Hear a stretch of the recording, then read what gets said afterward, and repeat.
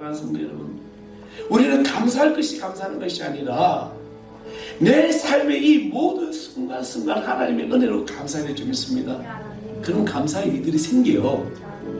내가 기뻐할 일이 있어 기뻐하는 것이 아니라 내 모든 삶에 이 주님으로 인하여 기뻐하는 모든 것들이 있기 때문에 기쁨이 찬양이 나오고 기쁨이 영광을 돌릴 수 있는 겁니다. 그때 하나님 되어진 일들이 축복의 역사 나타나 주십니다. 오늘 우리 주신 하나님의 말씀 보겠습니다. 누가복음 제8장 40절에서 48절까지 말씀입니다. 누가복음 제8장 40절에서 48절까지 말씀 다 찾으셨으면 제가 한 절 여러분이 한 절 이렇게 봉독하겠습니다. 예수께서 돌아오시며 무리가 환영하니 이는 다 기다렸음이어라. 이에 회장장이 야이로라 하는 사람이 와서 예수를 받아들여 자기 집에 오시기를 간구하니 이는 자기에게 12살 된 외딸이 있어 죽어감이라. 예수께서 가실 때 무리가 밀려들더라.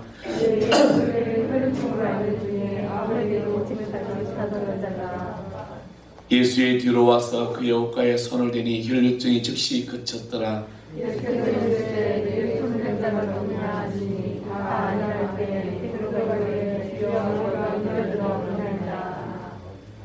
예수께서 이르시되 내게 손을 댄 자가 있도다. 이는 내게서 능력이 나간 줄 알미니라 하신대. 여자가 스스로 숨기지 못하는 자를 보다가 되어 그 손에 이루어 곧 나은 것을 모든 사람 앞에서 말하라. 다 같이 합니다. 예수께서 이르시되 딸아 내 믿음이 너를 구원하였으니 평안히 가라 하시더라. 아멘. 할렐루야. 주의 은총이 여러분의 모든 삶을 또 인도하시기를 간절히 축원하겠습니다. 요즘 날씨가 많이 또 더워졌지요. 며칠 전에는 이 계기의식이 있었다고 합니다. 이제 그런 일들, 자연 현상들이 참 보면서 하나님이 오면 손님을 우리가 찬양하지 않을 수 없다라는 그런 생각이 듭니다. 여러분은 여러분 안에 생명의 이 흐름이 늘 내가 살아있다는 것을 느끼고 사십니까? 그렇죠. 그러니까 오늘 이 자리에 달려 나왔지요.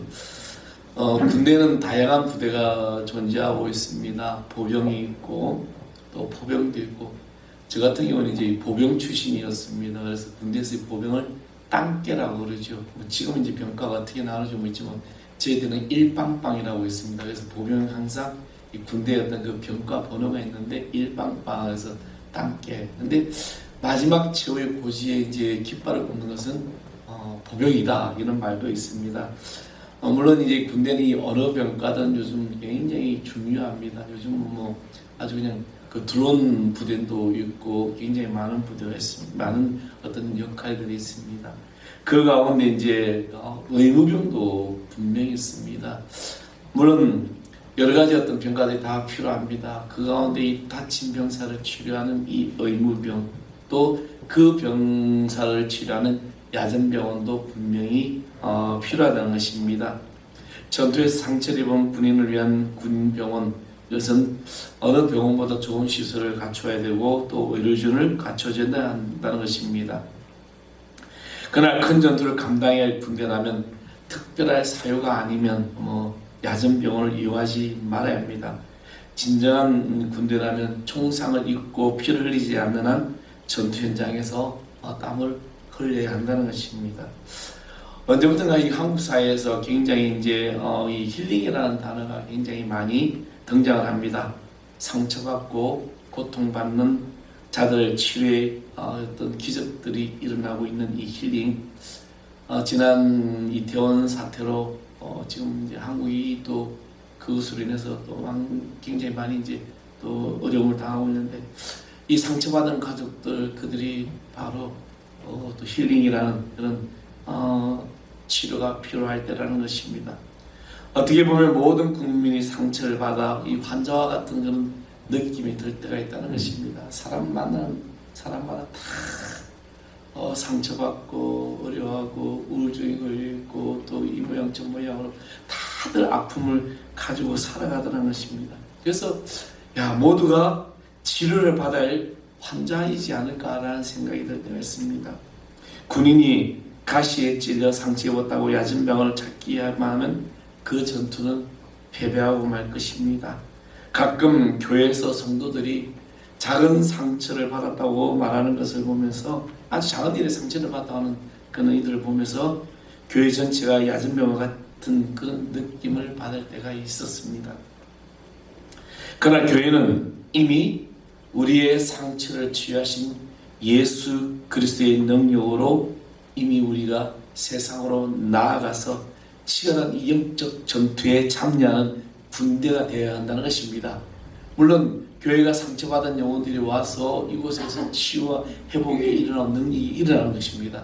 그래서 이곳은 야전병원이 아니라 바로 저 세상에서 싸워 나가야 될 그런 전투 군대가 되어야 한다는 것입니다. 지난주에 우리 천안동지방 연합성회가 있었습니다. 주제는 다시 내 자리로, 다시 교회라는 주제로서 얼마나 뜨겁게 찬양하고 기도하고 부르짖는지 모릅니다. 한 400여 명이 모여서 막 그곳에서 부르짖기도 하는데, 우리는 지난 코로나로 인하여 징역 3년 동안 마음껏 찬양하지도 기도하지도 못하고 숨지고 눈치를 보며 그렇게 신앙생활했습니다.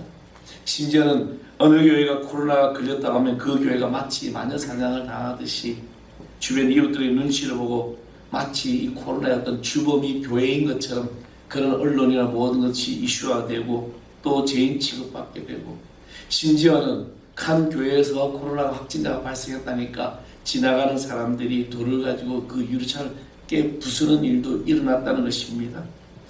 그렇게 교회가 이 생명의 힘을 잃어가는 것 같았습니다. 그러나 교회는 하나님의 성도된 우리가 믿음으로 바로 설 때 그 안에 능력이 흐르고 있는 것입니다.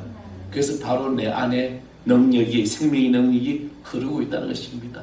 이 생명의 능력은 바로 예수 그리스도의 보혈의 능력이 될 줄 믿습니다. 그래서 우리가 이 능력으로 가지고 나갈 때 우리의 모든 삶이 찢어지고 깨어지고 상처받은 것이 치유가 된다는 것입니다. 예수님은 우리가 깨어진 것을 고쳐주십니다. 찢어지고 아픈 상처를 치료해 주십니다. 바로 성령의 능력으로 생명의 흐름을 이루시고 계신다는 것입니다. 그래서 우리는 성령은 우리 마음도 영혼도 육신도 고치신다는 거예요. 믿으십니까?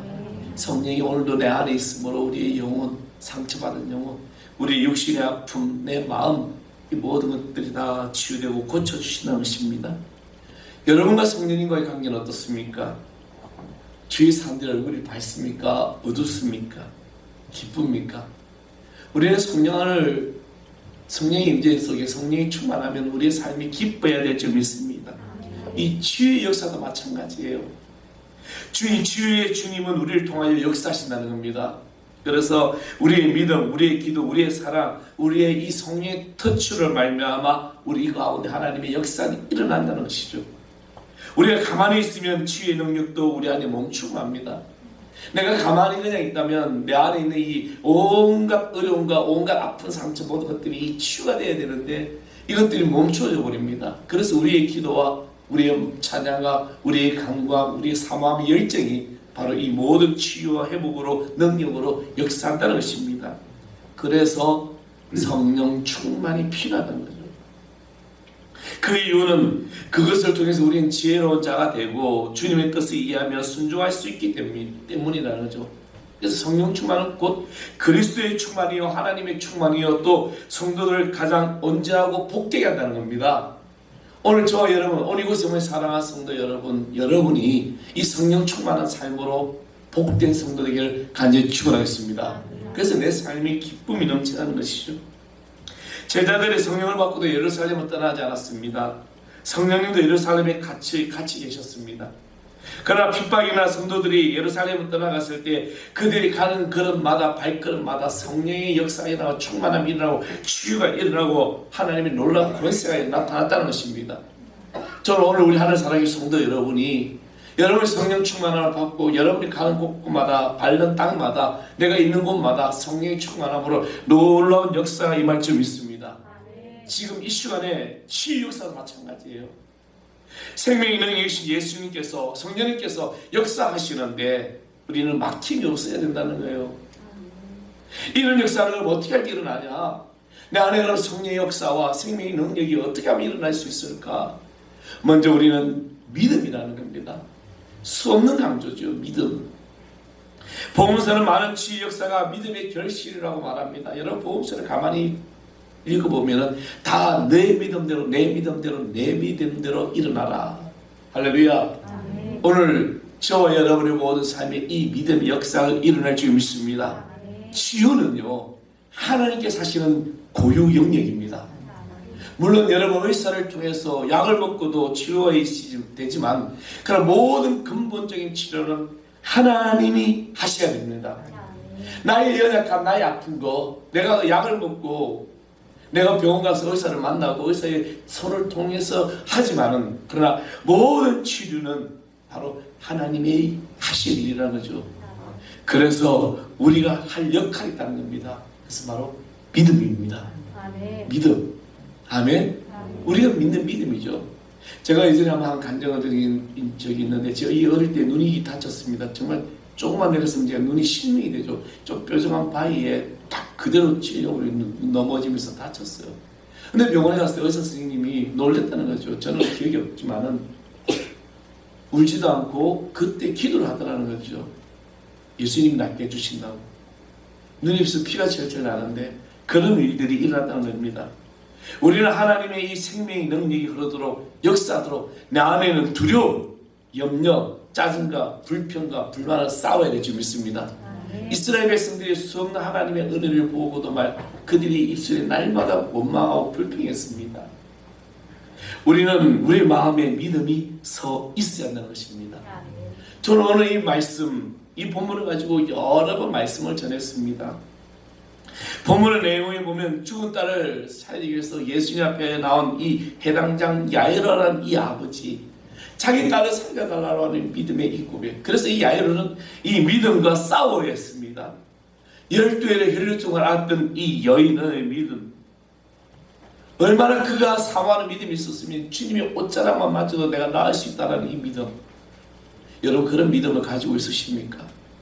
주님께서 오늘 이 시간 나의 심령에 오셔서 나를 어루만져 주신다는 이 믿음만 있으면 내 안에 놀라운 일들이 일어나는 것을 여러분 믿으시기 바랍니다. 그래서 이 여인에게 이 치유를 얻고 나서 주님이 이 여인에게 뭐라고 이야기합니까? 딸아, 내 믿음이 너를 구원하였으니 평안히 가라. 내 믿음이 주의 옷자락만 만지면 내가 나을 수 있다는 이 믿음의 이 확신, 그 말을 듣고 믿음의 기도가 되고 믿음의 치유가 일어나고 믿음의 역사가 난다는 것입니다. 저는 성도들 가운데 믿음으로 기도받고 치유받는 성도들을 많이 보게 되었습니다.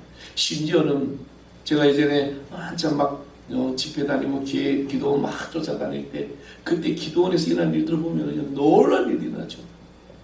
도저히 그쯤은 휠체어 타고 온 분이 기도받으면서 걸어나가는 일들도 일어났다는 겁니다. 하나님의 역사는 이렇게 임한다는 겁니다. 예수님께서 고쳐주셨구나.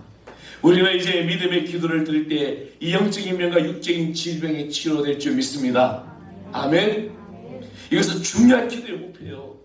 응답을 확인할 기준이라는 겁니다. 여러분이 기도하고 그 기도의 응답의 목적이 분명하다면 하나님께서는 이 믿음의 기도를 통하여 이루어질 줄 믿습니다. 그래서 믿음의 기도, 의인의 간구하면 병든 자를 치유하는 놀라운 역사가 나타나고 분명히 말씀하고 있습니다. 진정한 믿음은 찬송과 감사의 성입니다. 성도들에게는 두 차례의 감사와 찬송이 있습니다.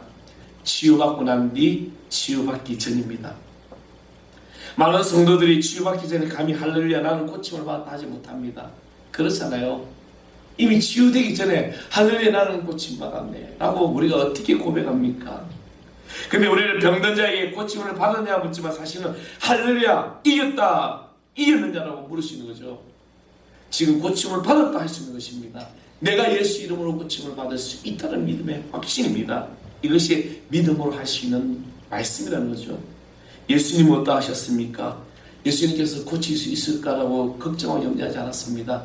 예수님은 그냥 언제나 주의 믿음대로 고쳐주셨다는 것이죠.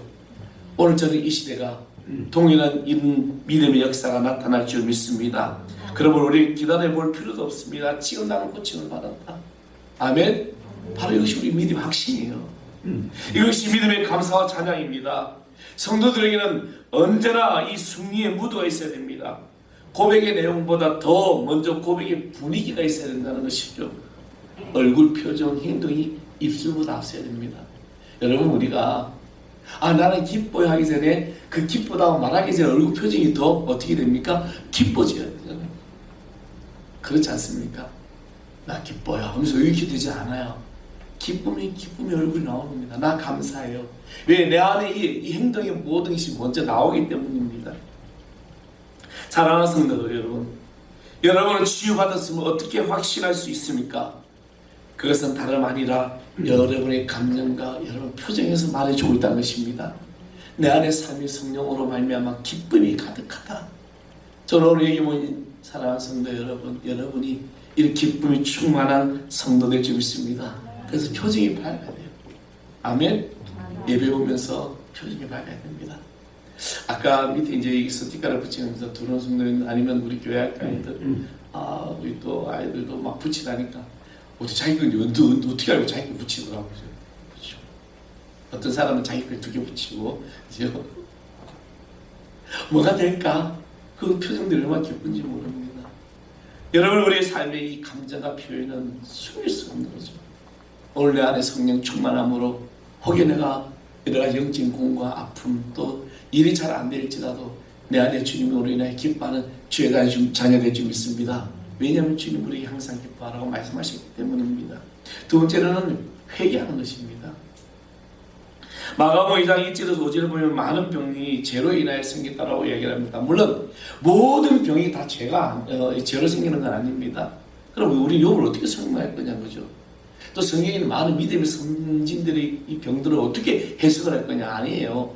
모든 병은 아니고 많은 병들이 죄로 인하여 생길 수 있다고 말합니다.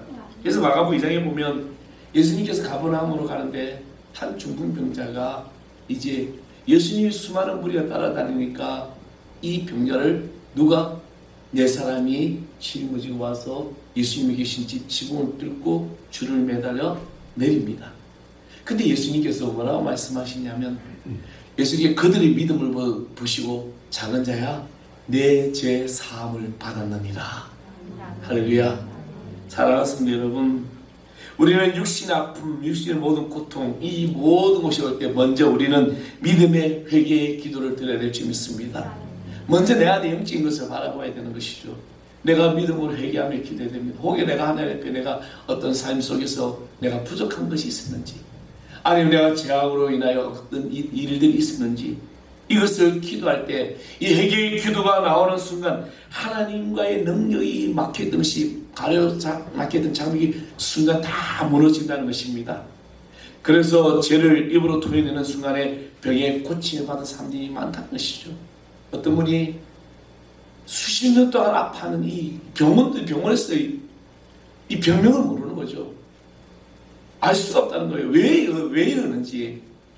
온몸이 아프고 수십 그리고 막 시금까지 제대로 먹을 수 없는 병원은 온갖 유명하다는 병원, 온갖 유명하다 한의원 다 찾아내도 치료가 안 되는 거예요. 마지막으로 예수를 영접하고 기도하면서 나갈 때 목사님과 성당 중에서 그렇게 지금 당신 안에 있는 모든 잘못된 것들 다 용서하십시오. 그런데 그렇게 자기 입에 지난날의 모든 잘못된 것 다 용서하는 순간에 눈물이 쏟아지면서 온몸이 전율이 일어나죠. 하나님이 그 영혼을 치료해 주셨다는 것입니다. 오늘 우리는 우리 마음에 내가 있는 것들 어떤 또 우리가 어떤 육신이 연약한 이 모든 것 다 주님 앞에 회개하며 나아가기를 소망합니다. 그래서 시편 30편 3절에 내가 도설지 아니할 때 종이 신음함으로 내 뼈가 상하였도다. 주의 손이 주야로 나를 누르시오니 내 진액이 화하여 여름 가물의 마름같이 되었나이다. 내가 이르기를 내 허물을 여호와께 자복하리라고 주께 내 죄를 아뢰어 내 죄악을 숨기지 아니하되 주께서 내 죄악을 사하여 주셨느니라. 아멘. 할렐루야. 아멘. 내가 주님 앞에 자복하고 고백하니까 사하여 주셨다는 겁니다. 우리는 회개하며 기도해야 될 줄 믿습니다. 아멘. 우리는 얼마나 교만하게 살아가는지 모릅니다. 내가 잘났어. 내가 얼마나 지금 열심히 살았는데 우리는 주님 앞에서 그렇게 고백할 수가 없어요. 아무리 내가 열심히 살고 아무리 내가 주님 보시기 합당한 삶을 살았다고 할지라도 우리가 욥처럼 되겠습니까? 사도 바울처럼 되겠습니까? 그만큼 우리는 부족한 삶을 살아가고 있는 것입니다. 그러기에 우리는 주님 앞에 회개하며 주님 앞에 기도해야 될 줄 믿습니다. 그리고 순종이에요. 내 안에 생명이 능력이 흐르는 것, 그것이 바로 순종입니다. 하나님의 생명에는 능력은 우리가 순종할 때, 그 발걸음을 뗄 때 가로막혀 있던 장벽이 무너져 거리기 시작합니다. 열왕기 5장에 보면은 나병으로 앓고 있는 나아만 장군이 있습니다. 그 나아만 장군에게 하나의 희소식이 들려오죠. 이스라엘에 가면 엘리사라는 선지자가 있는데 그에게 가면 다 이 병이 나을 수 있다는 그 말을 듣고 왕에게 온갖 금은보화를 가지고 이 이스라엘 엘리사 선지자 집으로 오게 됩니다. 근데 왔을 때 어떻게 합니까?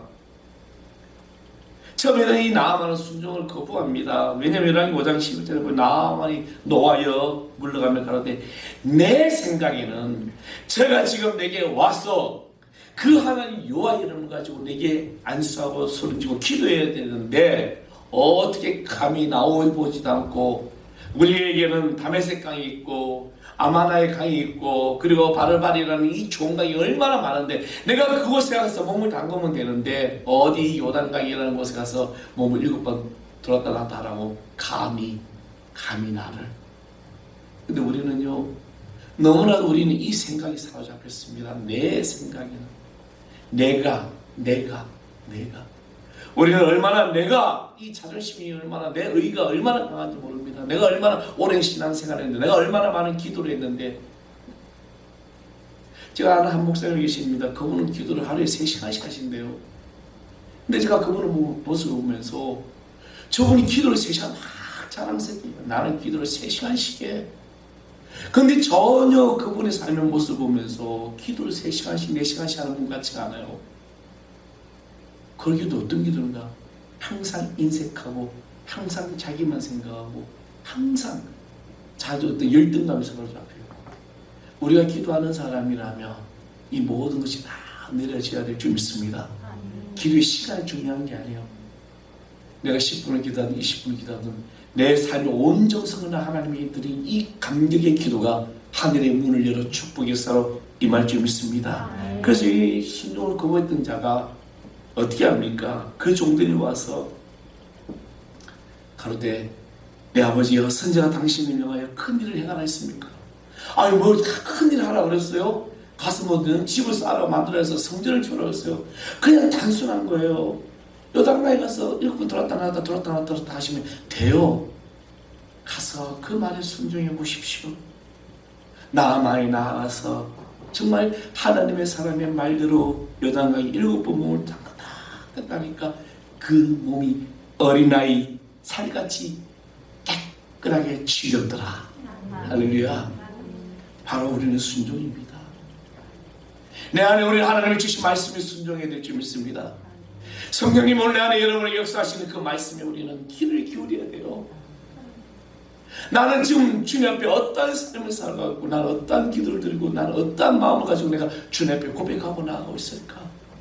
주님은 우리에게 너희는 먼저 그의 나라와 그의 의를 구하라고 말씀하셨고 그리고 주님은 우리에게 지금도 끊임없이 우리에게 말씀하셨습니다. 내가 너를 사랑한다. 내가 너를 사랑한다. 갈릴리 바닷가에 실패하고 좌절하고 낭망에 빠진 베드로에게 찾아오셔서 주님이 세 번이나 물으셨습니다. 요한아들 시몬아 내가 너를 사랑하느냐? 내가 나를 사랑한다. 우리는 주님의 사랑으로 나아갈 때 우리가 내세울 게 아무것도 없다는 것이죠. 여러분 무엇을 내세울 수 있습니까? 여러분 가진 재능, 여러 가지 얼굴, 물론 저는 많은 충격을 받고 삽니다. 뭐 이번 집회 때 강사님 계속 제가 뭐 아침 저녁 저녁 같이 다니면서 처음에는 칭찬 같아. 최 목사가 찬양인도 하니까 하늘에서 빛의 강치가 나오더래. 그래가지고 막 좋았지요. 근데 그게 아니라 이게 강치래요. 밤에서 뭐또 최 목사 열정이 너무 크더만 나도 목소리 왜 이렇게 커? 이걸 칭찬해 주는 거지. 그리고 막 저보고 잘생겼대요.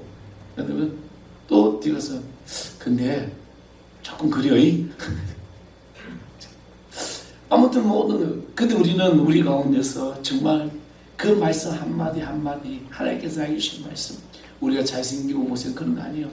다 내려놓으시고 하나님께서 주신 이 말씀대로 여러분 순종하십시오. 아멘. 나를 내려놓고 내 안에 있는 자존심, 열등감, 가진 것 다 아무것도 아니에요.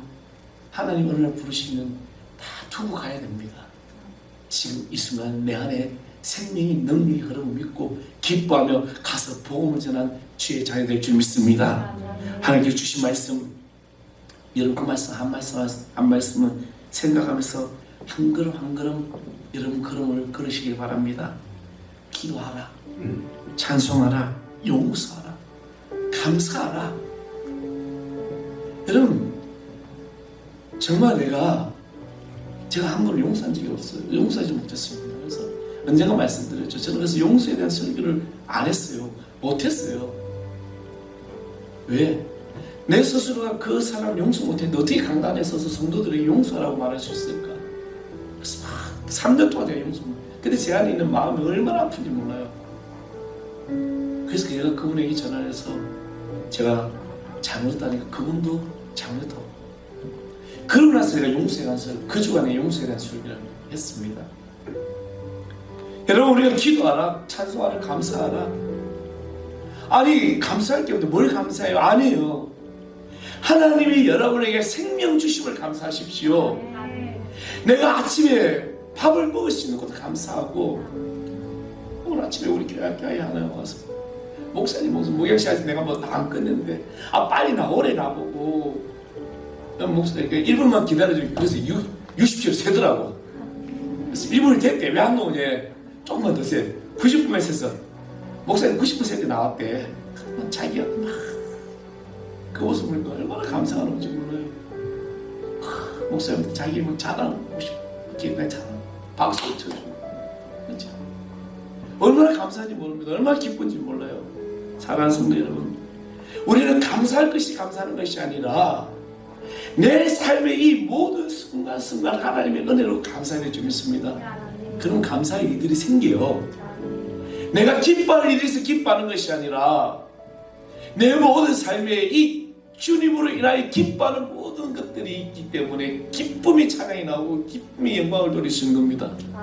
그때 하나님 되어진 일들이 축복의 역사 나타날 줄 믿습니다. 얼마나 걱정되고 염려되고 불안합니까? 금리는 오르죠.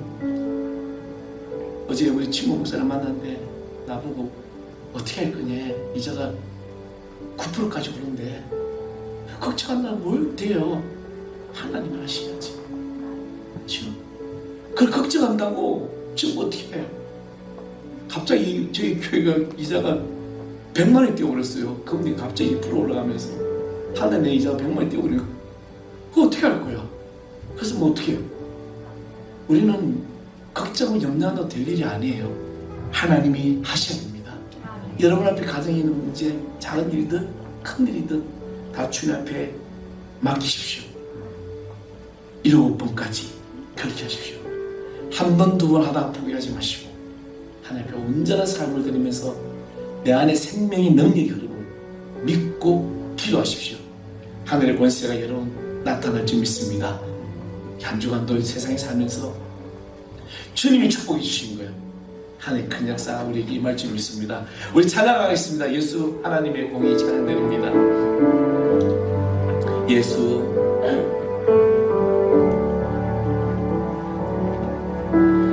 예수 하나님의 공이 주독생자